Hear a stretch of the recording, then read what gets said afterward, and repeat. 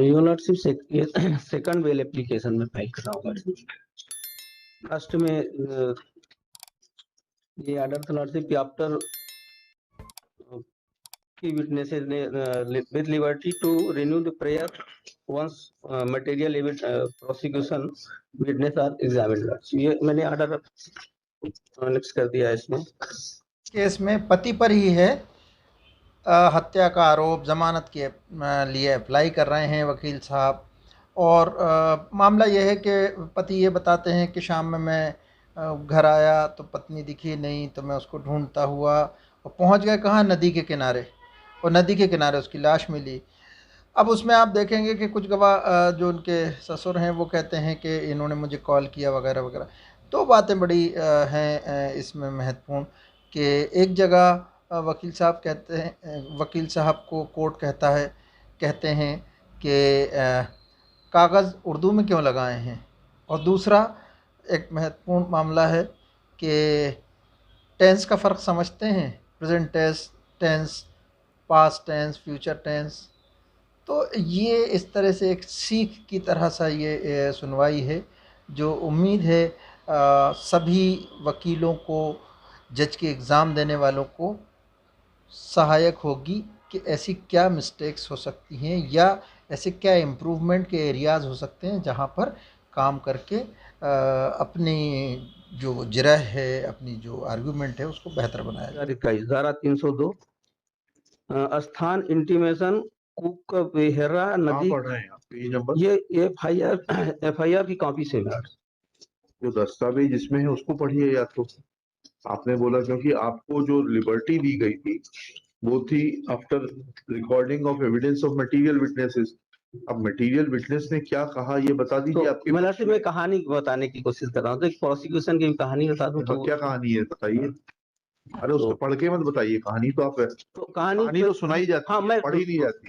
मैं वैसे बता लॉर्डशिप, इसमें इंसिडेंट ये था कि मैंने अपने ससुर को फोन करके बताया रात को 12 बजे कि मेरी पत्नी वहाँ की वो डेथ हो गई है, जो नदी किनारे पड़ी हुई है।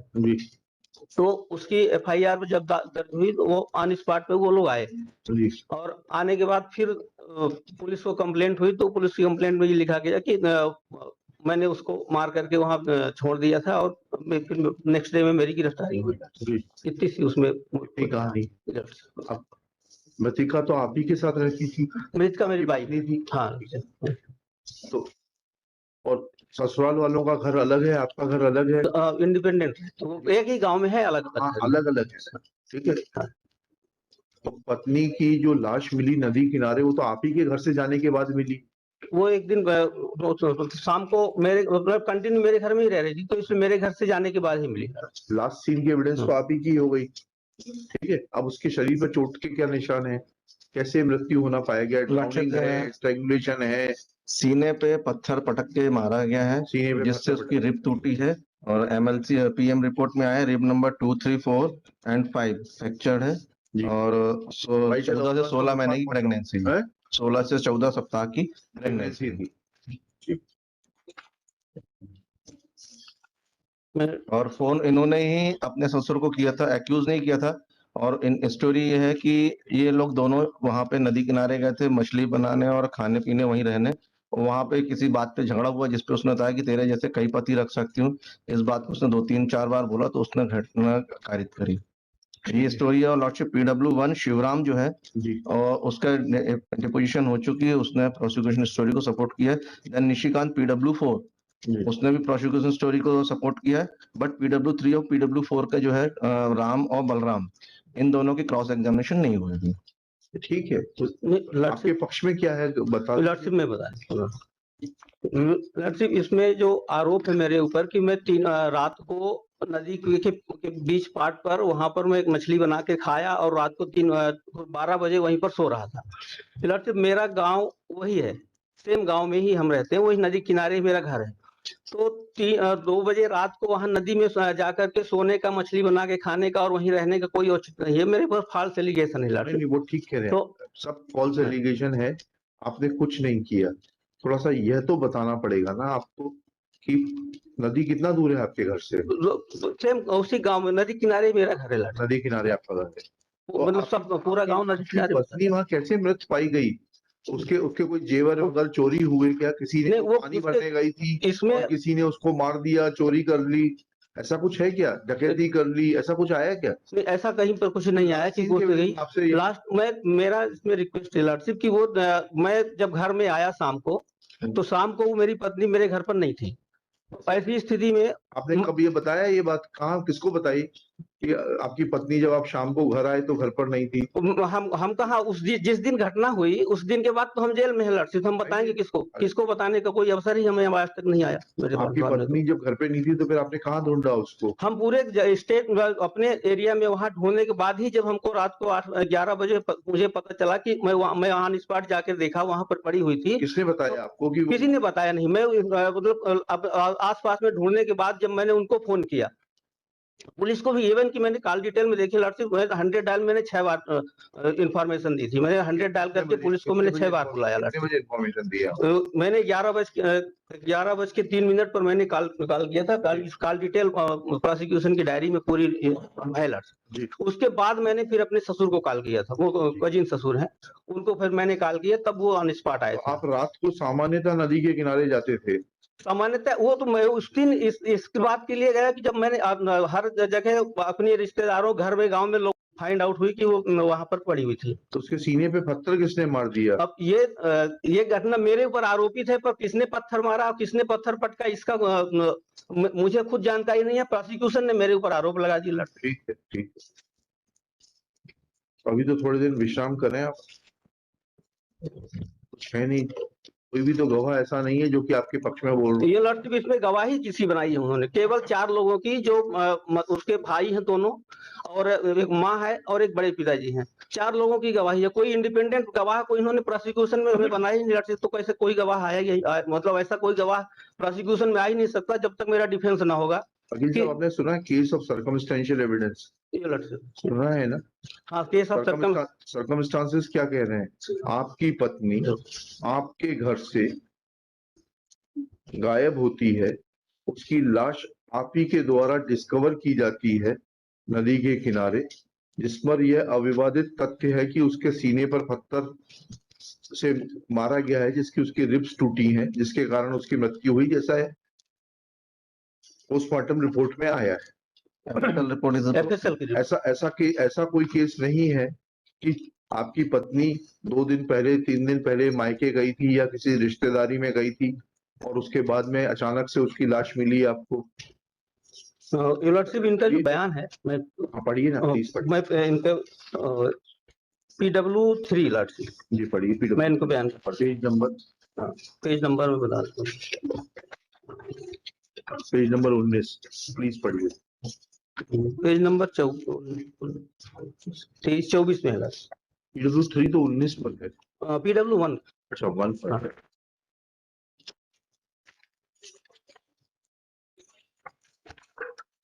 आपने कागज उर्दू में क्यों लगाए हैं? उर्दू हाँ, PW1 सबसे पीछे है, फिर PW2 है, फिर सर वो सर्टिफाइड कॉपी जैसे अच्छा, हमको वहां से आई थी वैसे हमने उसको फोटोकॉपी कराया, वो कंटिन्यू हो गई लड़के उसको। मैं आरोपी शिवा कहार को पहचानता हूं, जो वार्ड नंबर 10 ढिमरी मोहल्ला चांद में रहने वाला है। मृतक किरण उसकी पत्नी है। घटना 18 जुलाई 2021 की है। घटना दिनांक को रात करीब 12:30 बजे शिवा ने मुझे, शिवा मीन्स मतलब एक्यूज लड़की, मुझे फोन करके बताया कि तुम्हारी लड़की को पत्थर से मारकर उसकी हत्या कर दिया हूं। तब मैंने अपनी लड़के शिवाकांत को बताया और निशिकांत को बताया, और किरण की माँ कविता बाई, भतीजे राम बलराम और के साथ खर्रा घाट कुलबहरा नदी में जाकर देखा, जहां पर नदी के अंदर सूखी जगह पर किरण मृत अवस्था में पड़ी थी। उसके दाहिने गाल में सूजन थी और सीने पर पत्थर की चोट के निशान थे। आरोपी शिवा वहीं पर खड़ा था। शिवा ने ही हमें बताया कि घटना के करीब रात 8 बजे उसका किरण के साथ विवाद हो गया था। वह शिवा से कह रही थी कि तेरे जैसे 1000 पति रख लूंगी। इस कारण से उसने पत्थर उठाकर किरण के सीने पर बार बार पटका, जिस कारण से किरण की मृत्यु हो गई। थोड़ी देर में चांद पुलिस घटना स्थल पर पहुंच गई थी। जी। पुलिस ने मुझसे पूछताछ कर दिनांक शांत चा- पुलिस घटनास्थल पे पहुंच गई। वो मैंने जब उस पर कॉल किया था, मैं 11 बज के समथिंग के आसपास मैंने 100 डायल में कॉल किया था लड़सिप, इसलिए वहां पुलिस पहुंची। 19/7/2021 को देहाती मर्ग इंटीमेशन प्रदर्शनी 1 तैयार किया था, इसके ए भाग में मेरे हस्ताक्षर है। इसी दिनांक को देहाती नालसी प्रदर्शनी P2 में बताए अनुसार पुलिस ने तैयार किया था, जिसके ए भाग में मेरे हस्ताक्षर है। घटना मौका प्रदर्शनी 3 में बताए अनुसार तैयार किया गया था। प्रदर्शनी 4 में ए भाग पर मेरे हस्ताक्षर हैं। पुलिस ने मुझसे पूछताछ कर मेरे कथन लेखबद्ध किए थे। परीक्षण में मृतका किरण मेरे साथ नहीं रहती। किरण के पिता का देहांत लगभग 10 वर्ष पूर्व हो चुका है। यह कहना सही है कि किरण उसकी मां कविता कहार के साथ रहती है। किरण की शादी गलत मत पढ़िए वकील साहब, this is not acceptable to me. की लिखा हुआ उसमें रहती है से तो पूरा केस ही बदल जाएगा। रहती थी। हाँ तो फिर ठीक हो, आप हैं कैसे पढ़ रहे हैं? टेंस का फर्क समझते हैं?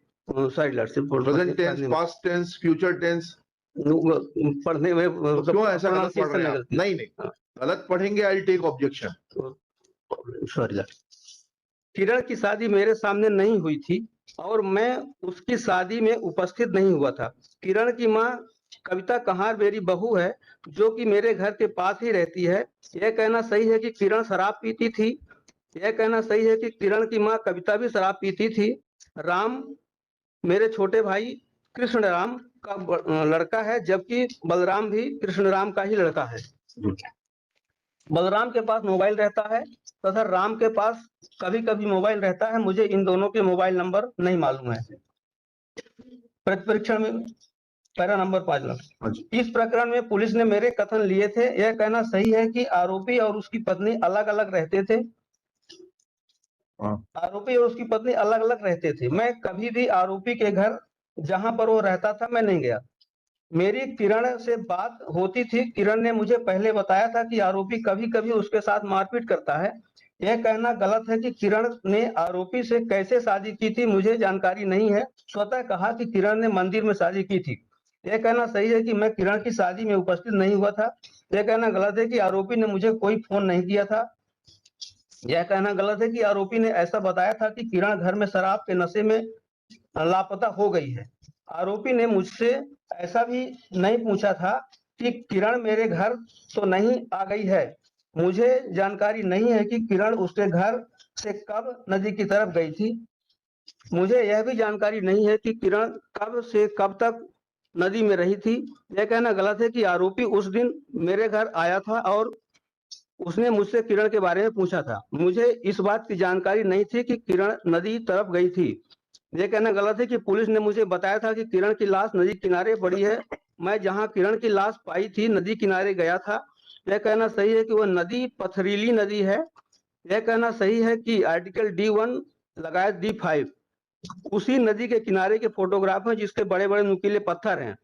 यह कहना सही है कि यदि उक्त नुकीले पत्थरों में कोई लापरवाही पूर्वक चले तो गिर सकता है। स्वतः कहा कि मर नहीं सकता। यह कहना सही है कि पत्थरों पर गिरने से चोट लग सकती है। यह कहना सही है कि यह पथरीले पत्थरों में जो आर्टिकल A लगायत D1 D5 तक दर्शित स्थानों पर कोई शराब के नशे गिरे तो उसे चोट आ सकती है। सब एक मिनट रुकिएगा यहाँ पर। PM से पढ़ के बताइए कि उसकी अल्कोहल पाया गया, फिर आगे की कहानी पढ़िएगा आप। आप क्रॉस एग्जामिनेशन कर रहे हैं, it has to be corroborated with the postmortem report.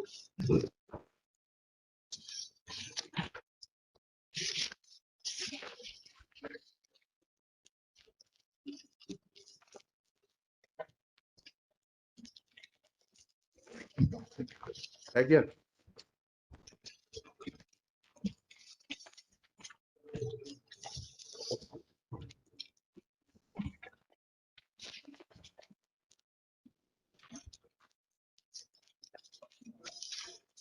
क्या पढ़ रहे हैं आप? क्या है ये? सर पेट में जो है बड़ी आंत छुटा है। हाँ, और इसमें कहाँ लिखा है कि अल्कोहल की स्मेल थी? नहीं है, सब कुछ नहीं है। वही तो पूछा था आपने, कागज दे दिया। चलिए, तो पूरा क्रॉस ही निरर्थक है।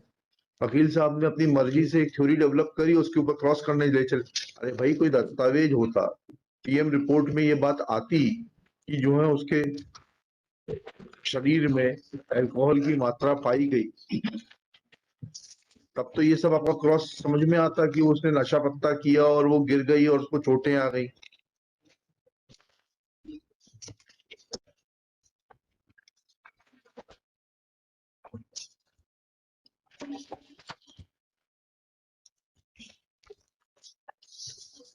लॉटरी उसमें आगे थोड़ी सी और बात है, उसको मैं ऑप्शन दे रहा हूँ।